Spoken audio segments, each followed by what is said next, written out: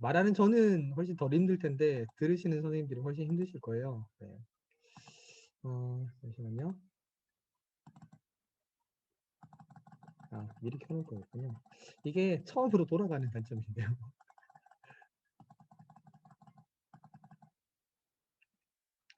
어, 그 선생님들하고 원래 뭘 하려고 했는지만 그냥 간단하게 말씀드리고 질문으로 넘어가도록 하죠. 네. 저는 그래서 이제 학생들한테 1번 질문을 읽고 답을 토의하고 또 이제 답을 정리해서 쓰고 그다음에 2번 질문에 대해서 다시 이제 반복하고 그리고 이제 아까 말씀드렸던 완료보 외치면 가서 도장 찍고 이 과정을 이제 반복한다는 말씀이고요. 하고 나면 작년에 이제 대화 일지를 쓰게 했었어요. 그래서 내가 한 말 중에서 가장 멋진 말과 이유 그리고 이제 친구가 한 말 중에서 가장 멋진 말과 이유 그리고 오늘 대화를 나누고 난 뒤에 배우고 느낀 점 이렇게 이제 한번 대화한 다음에 대화 일지를 작성하게 해서 이걸로 이제 수행평가 반영하겠다 이렇게 해서 이제 역시나 도장을 찍었고요. 어, 학생들이 이제 예전에 오프라인 수업 때에 그 자석 칠판에 붙인 질문들이거든요. 여기 가운데 보시면 뭐 나는 우리나라의 교육 시스템에 내 아이를 동참시킬 것인가? 학부모가 매니저가 되지 않기 위해서는 어떻게 해야 될까? 뭐 이런 이제 아이들이 아직 뭐 자녀도 안 낳았는데 아무튼 자기가 부모라면 어떻게 할까? 뭐 이런 이제 고민도 해본 거고 교육 문제에 대한 이제 글이어서 학생들이 이제 뭐 이런 질문들을 했습니다. 사회적 협업 능력을 기르기 위해서는 어떻게 해야 될까? 뭐 이런 것들이 이제 사실은 정답이 없는 질문들이잖아요. 지금 대학 입시에 맞는 방법을 알고 있으면서도 교과서 진도만 나가는 이유는 뭘까? 뭐 이런. 그러니까 이제 학생들이 이런 정답이 안 정해져 있는 질문에 대해서 같이 이제 얘기를 해보는 과정이 저는 꼭 이렇게 뭐 되게 모범적인 정답이 나오지 않아도 의미가 있다. 그 과정 자체만으로 의미가 있다 이렇게 생각해서 학생들한테 크게 이렇게 기대 수위를 많이 높이지는 않고요. 그래서 답이 없는 질문도 괜찮다. 다만 이제 질문 없는 답은 너무나도 두렵다 이런 이제 리처드 파이만이라는 사람의 얘기도 인용하면서 학생들한테 가끔 얘기를 합니다. 네. 어, 원래 이제 어떻게 하려고 했냐면 이게 저작권이 누구한테 있는지는 잘 모르겠습니다. 저는 송 선생한테 듣기는 했는데 원저작자가 저는 김영희 쌤이 아닌가 싶은데 정확하게 확인은 안 되네요. 채팅으로 작년에 이제 대화를 시도하신 선생님들이 계셔서 저도 이제 작년에 학생들하고 비문학은 아닌데 채팅을 이제 만들어서 잠깐 하긴 했었거든요. 다른 수업하면서. 근데 김영희 쌤이 맞군요. 네. 여기 원저작자가 계신데 제가 아마 오전에 그 연수하시면서도 잠깐 소개하시지 않았을까 싶기는 한데 이제 저는 오픈 카톡방을 만들어서 이렇게 애들하고 잠깐 대화를 해보니까 되게 편리한 점이 많더라고요. 이게 뭐냐면 줌이 소외의실 기능이 되게 좋은데 정말로 좋다고 생각하거든요. 근데 이제 단점은 여러 명이 같이 얘기를 나눌 때에는 이렇게 사운드가 실제로 겹치는 경우도 있고 아이들이 이렇게 말을 하지 않고 침묵이 흐를 때에 오프라인이면 그나마 이게 좀 해소가 되는데 온라인일 때는 그게 훨씬 더 이렇게 적막감이랄까요? 그런 게 더 심화되고 그리고 이제 제일 결정적인 문제는 뭐냐면 교실에서는 하고 있나 안 하고 있나를 제가 다 감시할 수가 있는데 이게 온라인 상황에서는 이게 아이들이 하고 있나 안 하고 있나를 제가 방마다 이제 소외실마다 들어갔다 나왔다 들어갔다 나왔다 하면서 이제 잠깐씩밖에 볼 수 없잖아요. 애들 입장에서도 선생님이 오시면 좀 열심히 하는 척 하다가 선생님이 나가면 열심히 안 할 것 같은 느낌이 들더라고요. 물론 이제 결과물은 내야 수행평가에 반영한다. 저는 이제 과정평가한다고 얘기를 했으니까 이제 애들이 2학년 때부터 이제 배운 애들이라 제가 도장을 어떤 식으로 찍는지 알거든요. 그래서 이제 아예 놓을 수는 없지만 제가 이제 소위실에 불쑥 들어갔을 때 야, 선생님 왔다 이러면서 이제 그때부터 하는 척 하는 아이들을 종종 봤어요. 그래서 이게, 좀 뭔가 다른 교실에서처럼 더 효과를 낼 수는 없나 이런 단점을 보완할 수는 없나 이렇게 생각했는데 기본적으로는 어쨌든 그 채팅으로 이제 이렇게 대화를 했을 때 장점은 아이들이 좀 말을 할 때 훨씬 부담이 적고 이렇게 교사가 이 오픈 카톡방을 여러 개를 이제 띄워놓고 컴퓨터로는 이제 창이 여러 개가 뜰 수 있잖아요. 그래서 이게 동시에 다 들어가서 창을 이제 보통 모둠이 한 6개, 7개 정도 된다고 하면 6개, 7개를 이제 동시에 다 열어놓고 하나씩 들어가서 대화가 진행되고 있는지 이렇게 볼 수 있는 게 되게 좋더라고요. 그래서 원래는 이제 선생님들하고 그 김규항의 이제 현실의 회복이라는 글을 같이 읽고 질문을 한번 만들어 보고 하면 어떨까 이렇게 생각했는데 이게 뭐냐면 원래 이제 제가 그 만든 카톡방이요. 제가 채팅창에 잠깐 띄워드릴게요. 그 시험 삼아 들어가 보시면 원래 이제 8개 모둠을 나눌 생각이었거든요. 그래서 한 6분 정도가 이제 들어가시는 걸로 구상을 했었는데 아무데나 하나 눌러서 이렇게 들어가 보시면 이제 프로필 눌러서 들어오라고 하거든요. 그래서 이제 선생님 본인 프로필 누르시면 이 카톡방으로 이제 입장이 돼요. 그러면 이제 위에 공지가 떠 있습니다. 그래서 제가 이제 미리 만들어 놓은 건데 보시면 개인 질문 입력해 주세요 이렇게 되어 있잖아요. 그래서 이제 나중에 질문 입력하고 나면 모둠에서 좋은 질문을 골라야 되는데 물론 이제 패들릿에서 그 하트나 아니면 그 별 뭐 이런 걸 가지고 별점 가지고도 하는 것도 괜찮습니다. 근데 이제 학생들이 카톡을 훨씬 패들릿보다는 익숙하고 편안하게 생각하니까 여기에 이제 투표하라고 하기를 이렇게 누르면 항목을 추가할 수 있거든요. 그래서 이제 자기가 맞는 질문을 이렇게 여기 투표에다가 추가해서 올리는 거죠. 이렇게 투표에 추가해서 이제 올리면 이제 학생들마다 1개 또는 이제 2개의 질문을 이렇게 쓰면 4인 모둠이라고 할 때 최대 8개 이제 이렇게 항목이 생기잖아요. 그러면 이제 이걸 보고 난 다음에 투표를 하는 거죠. 그래서 이제 마음에 드는 질문을 이제 고르면 자동적으로 이제 투표가 되고 그러면 이제 투표 결과를 이제 나오게끔 이제 해서 그 모둠의 대표 질문이 이제 뭔지가 결정되게 되는 시스템입니다. 그래서 이제 카톡에 있는 투표 기능을 저는 이제 활용해서 질문을 뽑는 걸 했었고요. 그러니까 이제 뭐 이 방법 외에도 뭐 다양한 방법으로도 응용이 가능할 거라고 생각은 하는데, 근데 이제 오픈 카톡을 쓰면 장점이 학생들의 연락처를 받을 필요가 없다. 그래서 오픈 카톡 링크만 이제 복사해서 학생들한테 이렇게 뿌리면 학생들이 이제 모둠은 구성이 되고 원래는 그 4번 그러니까 선생님들하고 이제 이 수업을 할 때에는 처음에 이제 선생님들을 소회의실로 잠깐 보내서 돌아가면서 한 문단씩 그 현실의 회복이라는 글을 읽게 하려고 했었어요. 이렇게 성함 가나다 순으로 이제 읽게끔 하려고 했었고요. 그러면 이제 그 소회의실 들어갔다가 제가 이제 어제 그래서 혼자서도 읽어보고 그리고 평소에 이제 학생들하고도 읽기 때문에 제가 대충 아는데 천천히 적당한 속도로 읽으면 그 글이 딱 3분 40초 정도 걸리거든요. 그래서 이제 선생님들한테 한 4분 정도 이제 시간을 드리고 소회의실로 보냈다가 다시 오시면 내가 소회의실 몇 번에 들어가 있는 사람인지를 알잖아요. 소회의실 번호를 이제 확인하라고 하고 자기 소회의실 번호에 해당되는 오픈 카톡방으로 이제 들어가게끔 하는 거죠. 선생님이 이제 예를 들면 3소회의실이었으면 오픈 카톡방에 이제 3모둠방으로 가시는 겁니다. 가면 이제 거기에 선생님들하고 이렇게 모여가지고 같이 이제 자기가 만든 질문들을 이제 올리고 투표해서 모든 대표 질문을 뽑고 그 질문에 대한 답을 같이 이제 저는 답을 이제 합의하는 게 중요하다 그랬잖아요. 합의해서 이제 같이 답을 이렇게 하면 되고 아까 이제 김명 선생님이 하신 것처럼 그 카톡방 같은 경우도 캡처가 당연히 가능하니까 캡처해뒀다가 이제 학생들한테 실제로 이제 캡처된 장면도 잠깐 보여주면서 선생님 이렇게 다 캡처해뒀다 이렇게 이제 약간의 협박성 발언을 하면서 그래서 평가에 반영할 거야 이렇게 이제 얘기를 하고 실제로 이제 정말로 참여하지 않는 학생들한테 좀 독려하는 것 정도만 이렇게 해주면 저는 이제 웬만하면 대화에 개입을 많이 안 하려고 해요. 해보니까 결국은 제가 말을 제일 많이 하게 되는 상황이 생기더라고요. 오프라인이든 온라인이든 제가 개입하는 순간 학생들은 이제 저의 말을 경청하게 되는 어떤 상황이 생기는 걸 많이 경험을 해서 가능하면 좀 부족하면 부족한 대로 학생들끼리 좀 얘기하도록 하고 나중에 이제 질문과 답변에 대한 이제 피드백을 줄 때에 그때 이제 같이 그냥 이렇게 좀 얘기하는 쪽으로 저는 진행하는 편입니다. 그래서 이제 학생들이 온라인 수업을 하면서 제일 좀 저의 고민이었던 거는 뭐였냐면 처음에 저는 이제 동교과 선생님들이랑 같이 나눠가지고 영상을 제작해서 같이 공유해서 이제 그걸 틀어주기로 했었어요. 중간중간에 영상을 멈추고 질문 받기도 하고 했는데 애들이 거의 질문이 없었고 약간 이게 지금 뭐 하는 건가 그냥 정말로 클릭 질문 있니? 질문 좀 해봐 뭘 막 이러다가 결국은 1시간이 이제 지나가고 편하기는 엄청 편했어요. 영상만 찍어 놓으면. 근데 그런 식으로 수업을 하다 보니까 되게 제가 너무 재미가 없는 거예요. 그래서 아, 이렇게 하면 안 되겠다라는 걸 이제 생각을 했고 그래서 결과적으로 보면 온라인 수업일 때 특히나 학생들하고 상호작용을 어떻게 할 것인가가 굉장히 중요한 문제라는 생각이 듭니다. 이게 오프라인일 때도 물론 상호작용하는 게 중요하지만 온라인일 때는 그게 훨씬 더 이렇게 중요한 문제가 되는 것 같다는 생각이 많이 들었고요. 그래서 기본적으로는 이제 학생들이 카메라를 다 켜게 하는 게 꼭 필요한 것 같아요.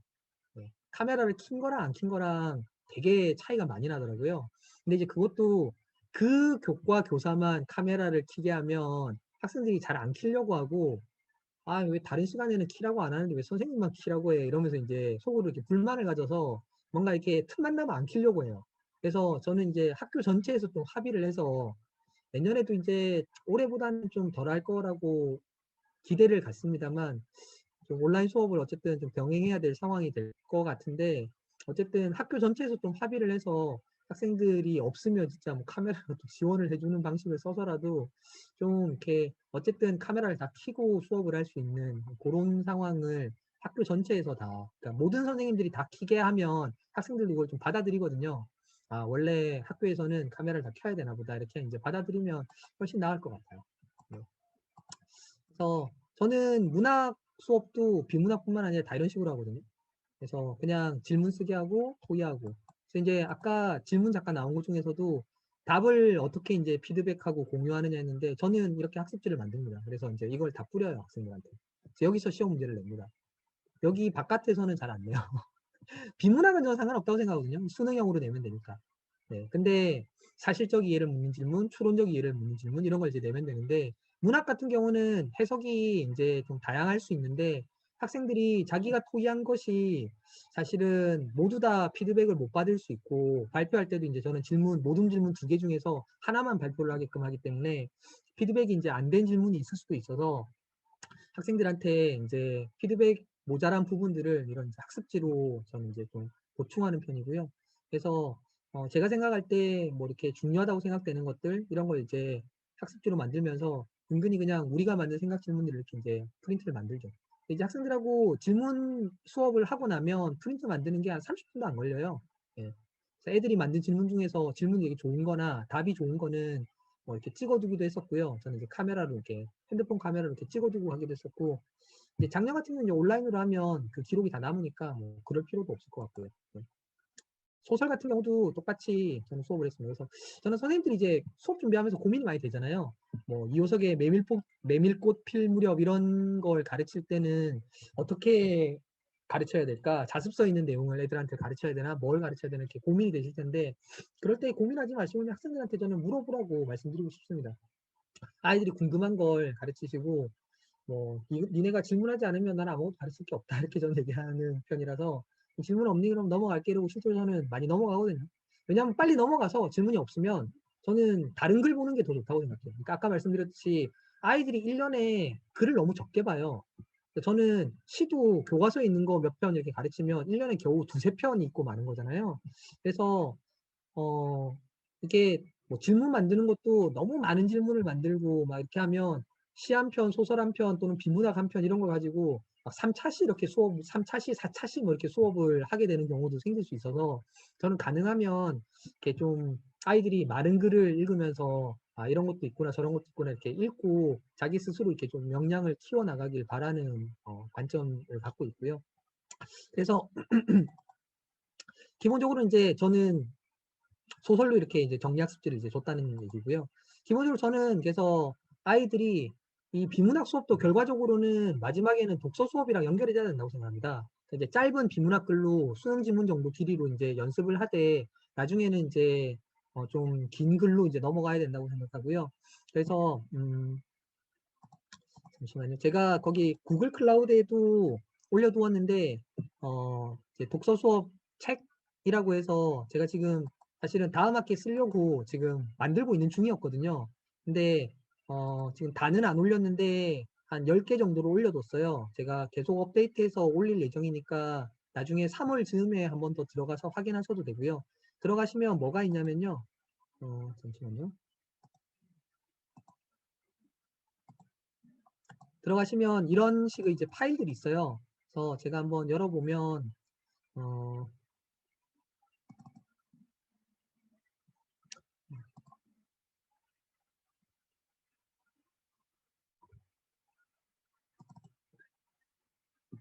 좀 더 아시는 지금 잠깐만요. 화면이 지금 한글 파일이 보이시나요? 선생님 목록만 보여요. 아, 그렇군요. 네.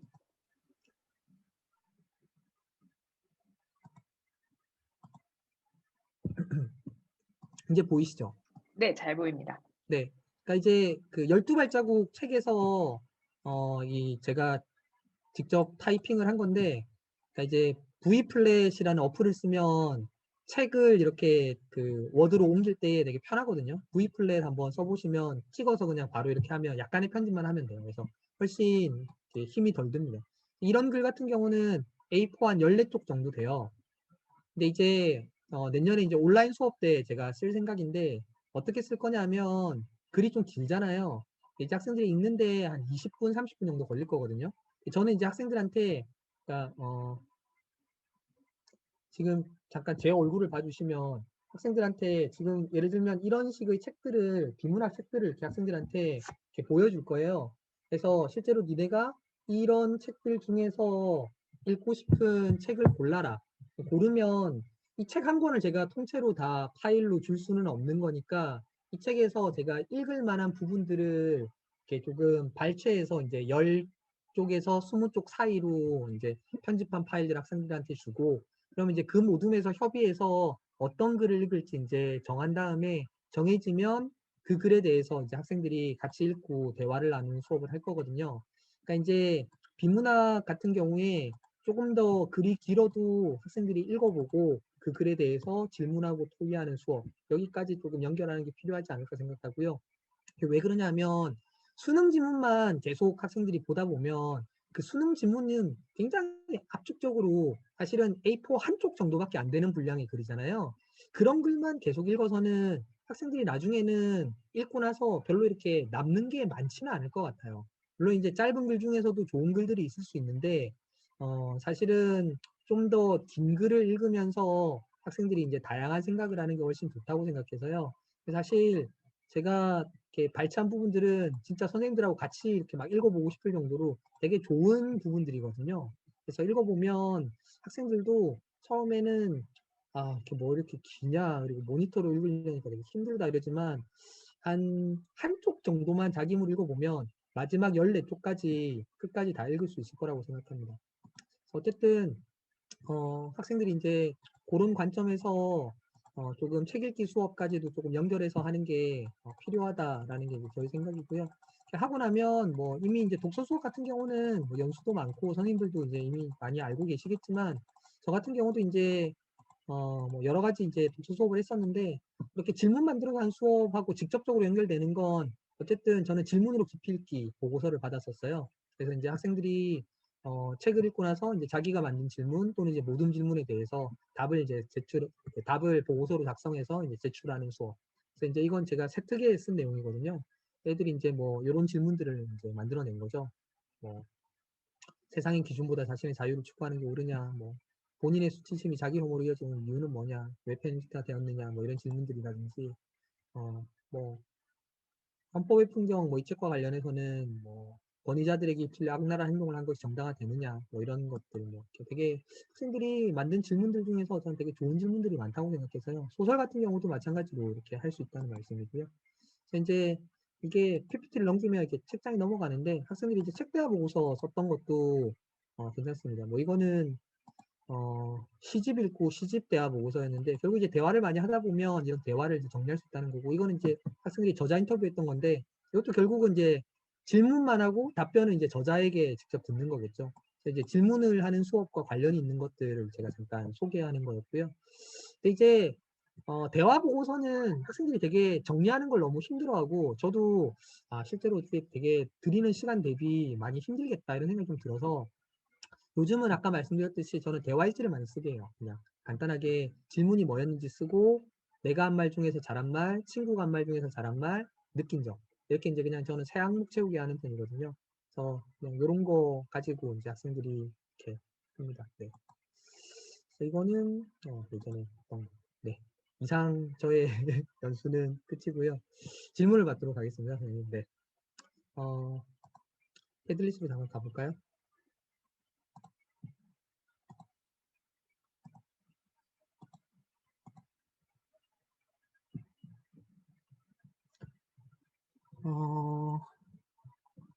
어, 짧은 시간에 되게 질문이 많이 나왔네요. 토의를 시킬 때 공부 잘하는 녀석이 혼자 할 때가 있나요? 있어요. 선생님은 어떻게 지도하시나요? 네. 음. 오성국 이육 선생님이 질문하셨군요. 네, 선생님 반갑습니다. 항상 이름을 보면서 항상 반가운 마음을 가졌습니다. 네.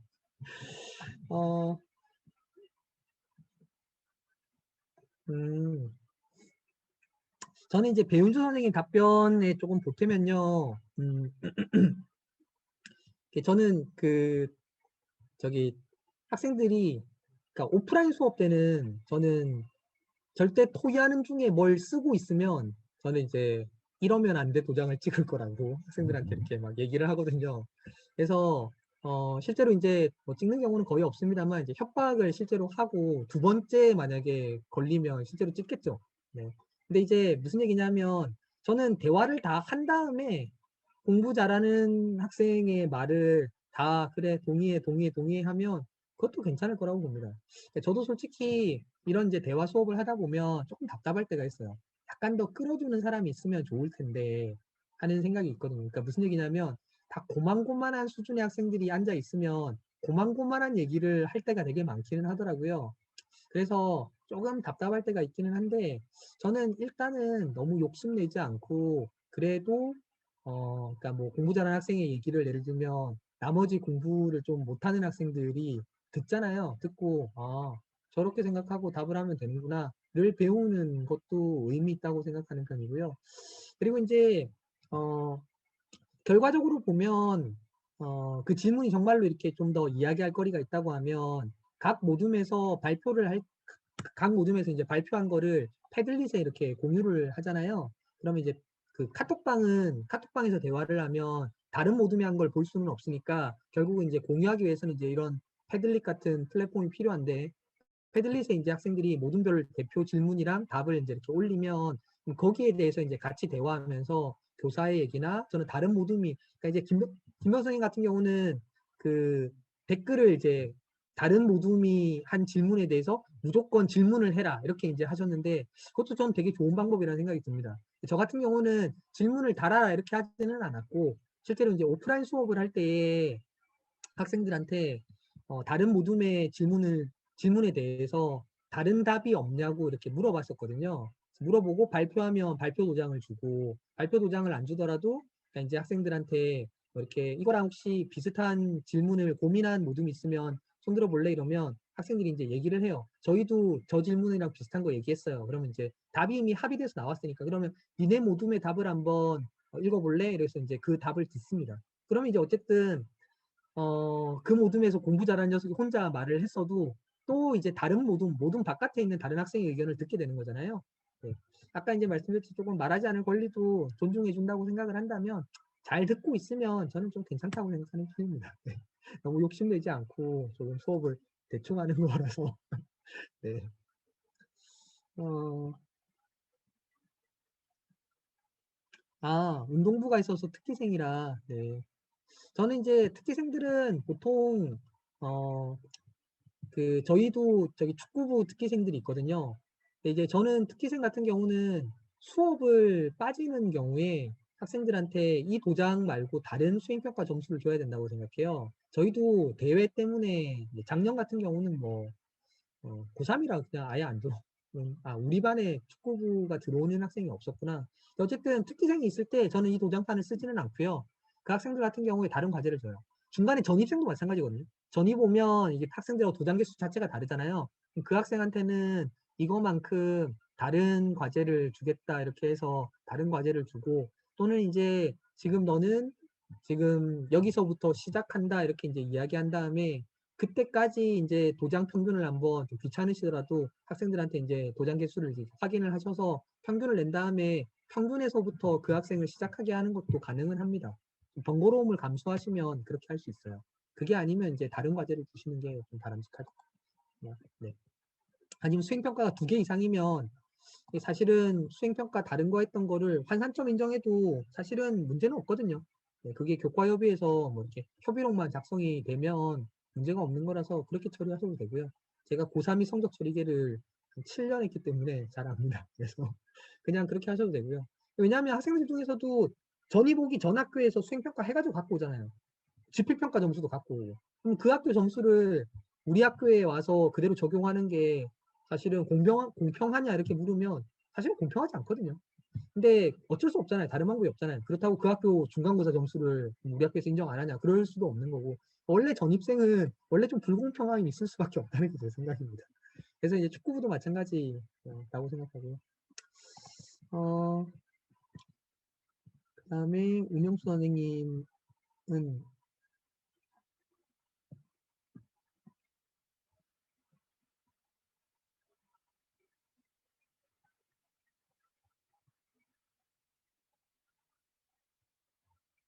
교수와 평가가 연결되도록 하는 방법을 물으신 것 같군요. 그리고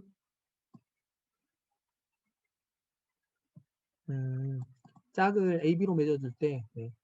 일단은 저는 아까 말씀드렸던 학습지를 가지고 이제 활용을 하고요. 거기서 이제 주로 시험 문제를 내니까 학생들이 되게 토의만 하고 그냥 끝나면 학생들 입장에서 되게 시험 공부를 어떻게 하지? 라는 이제 좀 고민이 생길 것 같아요.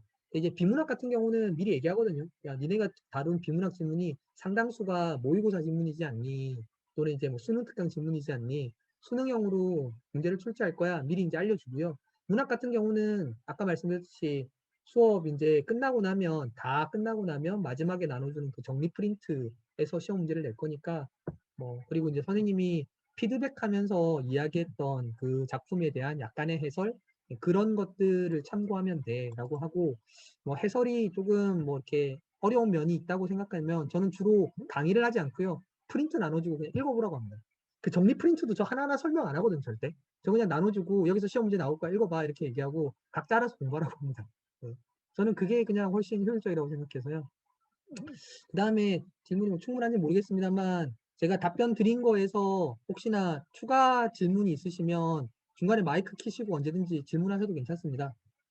그리고 두 번째는 이게 수준별로 학생들이 이제 짝이 안 맞으면 물론 이제 활동이 좀 어렵죠. 그래서 이제 이게 온라인에서 좀 어려운 면이라고 생각하는데 좀 세심한 안배가 필요하다고 생각해요. 저는 오프라인 때는 주로 어떻게 하냐면요. 저는 그래서 3인 모둠이나 4인 모둠으로 짝을 지어줘요. 그러니까 학생이 이제 학업 능력이 많이 떨어지거나 실제로 거의 진짜 제 수업 시간에 자지는 않는데 진짜 이 어떤 학습에 대한 동기가 많이 떨어지는 학생이 있잖아요. 그러면 그 학생이랑 짝이 된 학생이 되게 난감해하거든요. 그런 경우에 미리 이제 좀 양해를 구하고 너희 이렇게 둘만 하는 것보다는 셋이나 넷이 같이 하면 더 좋을 것 같은데 그렇게 해볼래? 이렇게 이제 얘기하면 거의 뭐 99%다 그렇게 하겠다고 해요. 그러면 이제 셋이나 넷을 이렇게 묶어가지고 어떻게 하냐면 예를 들면 그러면 A, B, C, D가 있잖아요. 그러면 A가 설명할 때 B, C, D가 같이 듣는 거예요. 네. 그러니까 짝 설명하기를 한다고 칠 때에 그러면 어쨌든 B 학생이 이제 굉장히 그 학업 역량이 많이 떨어진다라고 할 때에 A 학생이 피해 볼 일이 없죠. C, D 학생이 이제 설명하는 거를 A 학생이 들으면 되니까. 그런 식으로 이제 저는 A, B, C 세 명일 때도 마찬가지인데 좀 이렇게 같이 할 만한 C를 묶어주면 그러면 B는 참여를 좀 잘 안 하더라도, 그러니까 B한테는 이렇게 얘기하는 거죠. B야, C랑 같이 힘을 합쳐서 둘이서 힘을 합쳐서 같이 설명해 라고 하면 사실은 B는 거의 말을 안 해요. 말을 안 하지만 최소한 나는 어떻게 말해야 될지 모르겠는데 아 C는 저렇게 말하는구나 라고 이제 들으면서 저는 배움이 좀 있을 거라고 생각합니다. 네. 그래서 어차피 이게 강의 수업을 해도 모든 학생을 내가 원하는 수준만큼 올리는 거는 사실상 불가능하잖아요. 네. 그래서 저는 이제 너무 욕심내지 않고 그냥 뭐 학생들이 어쨌든 잘 듣는 것도 좋다. 잘 듣기만 해도 그것만 해도 참 다행이다. 그러니까 이제 학생들의 개인적인 사정을 알다 보면 그런 학생들 있잖아요. 학교에 나와주는 것만 해도 고맙다. 사실은 우리가 그 애들 사정을 몰라서 그렇지 진짜 무기력한 아이들 같은 경우는 이미 나를 만나기 이전에 굉장히 많은 무기력해질 수밖에 없는 경험들을 경험한 학생들일 거거든요. 이제 그 학생들이 문제 행동을 할 때는 미워 보이는데 또 이렇게 한 발 떨어져서 이렇게 생각해 보면 그 학생들도 참 안타까운 거죠. 네, 그래서 그런 마음으로 조금 너그럽게 좀 이렇게 진행하면 좋지 않을까 하는 게 그냥 저의 평소 생각입니다. 네. 어, 아하, 고3을 계속 담당하시는 강혜원 선생님. 네. 네, 저 같은 경우는요, 수능 특강 지문이 어려운데, 어려운 지문 안에서도 A, B, C가 있어요. 근데 이제 저는 A 등급 지문은 절대 다루지 않고요. 제가 봤을 때 그래도 그러니까 저는 이제 취사 선택하거든요. 그래서 아이들하고 그래도 여기까지는 좀 해보자. 그러니까 아이들한테 뭐라고 얘기하냐면 이 지문은 되게 어려워. 어려운데 우리 여태까지 조금 쉬운 지문으로 연습을 해왔으니까 한번 시도해보면 할 수 있을 거야. 이렇게 이제 얘기를 하고서 지문이 길이가 길면 반으로 자를 수도 있고요. 길이가 이제 길지 않으면 어쨌든 시도를 해보는 거죠. 학생들이 어렵다 이렇게 느끼는데 어쨌든 실제 수능에서 만나는 지문의 수준은 이 정도니까 시도해보는 건 저는 의미는 있다고 생각합니다. 근데 이제 다만 아까 제가 말씀드렸던 건 어떤 얘기냐면 그런 지문들을 가끔 가다가 이렇게 해야지 또는 이제 학생들한테 저는 이제 그러면 과제로 내주면 된다고 생각하거든요. 이 지문은 스스로 읽고 문제를 풀어봐 이렇게 이제 저는 얘기하는 편이고요. 학생들이 실제로 비문학 지문이 수능 특강을 되게 해야 된다는 강박이 있기는 하지만 비문학은 연계율이 거의 높지 않아요. 똑같이 나오지 않습니다, 절대. 문학은 그 작품이 또 나오기도 하니까 봐둘 필요가 있는데 비문학 같은 경우는 절대 그 지문 그대로 안 나오거든요. 여태까지 최근에 나온 적이 거의 없어요. 네, 최근 한 3, 4년 동안은 아마 그 비문학 지문 수능 특강이나 완성이 실린 거 안 나왔을 겁니다. 그래서 사실 모든 지문을 다 해야 된다고 이렇게 생각하실 부담을 느끼실 필요가 없다고 생각하고요. 중요한 건 이제 학생들한테 그런 지점들을 알려주시는 거죠. 이거를 억지로 내가 이해가 안 되는데 계속 수업 시간에 다 같이 풀면 너희들한테도 도움이 되지 않는다라는 걸 학생들하고 같이 이렇게 공감대를 좀 형성하시는 게 저는 필요한 것 같아요. 네. 그래서 선생님, 뒷반 선생님은 수능 특강 처음부터 끝까지 다 해설하고 풀어주시는데 선생님 왜 그렇게 안 해요? 저는 그런 얘기 듣거든요. 근데 저는 그게 너희들한테 도움이 되지 않는다라는 거를 학생들한테 되게 이렇게 처음에 수업 초반에 많이 좀 이렇게 이해시키려고 노력합니다. 네. 학생들도 그거를 나중에 되면 저는 알 거라고 봐요. 네. 그걸 혼자 읽고 이해할 수 있는 학생이라면 사실은 굳이 교사의 해설이 필요가 없는 거고요. 해설을 들어야만 간신히 이해할 정도의 학생이라면 사실은 그 지문을 하기에는 어차피 해설이 없으면 또 어려운 지문이 돼버리는 결과가 되니까 해설은 EBS 수능 강의를 활용하라고 얘기를 하는 중입니다. 지문 선택은 저는 이 질문은 익명으로 하셨군요. 제 자료집에 나와 있는 만약에 문제를, 그러니까 지문을 활용하시면서 시험 문제를 출제하셔야 된다 그러면 개인적으로 저한테 메일을 주세요. 제가 출제했던 문제들을 다 드리겠습니다. 그러면 이렇게 됐구나 아실 텐데요. 네. 그리고 제가 지금은 안 올려져 있는데 수능 지문들이나 모의고사 지문이나 이런 지문들은 제가 그 지문에 딸린 문제들도 다 가지고 있거든요. 제가 그거 오늘 제가 장담을 할 수는 없고 이게 어쨌든 정리해서 올려야 되니까 제가 3월 가기 전에 올려놓을 테니까 실제로 이제 그 질문 문제도 참고하셔서 출제를 하시면 출제가 좀 편하지 않으실까요? 아니면 이제 학생들한테 얘네가 지금 이런 식으로 활동을 했는데 실제 모의고사나 또는 이제 뭐 수능 특강 문제집에는 이런 문제가 실려 있어서 풀어봐 이렇게 나눠줄 수 있고요. 저는 실제로 가끔 나눠주거든요. 풀어보라고. 풀 학생은 풀고 안 풀 학생은 안 풀겠죠. 네. 저는 가끔은 이제 친절할 때에는 해설까지 양면 인쇄해가지고 그냥 복사해줘요. 네. 박근영 선생님 반갑습니다. 네, 감사합니다. 박근영 선생님. 네, 제가 기프티콘이라도 하나 보내드리고 싶네요.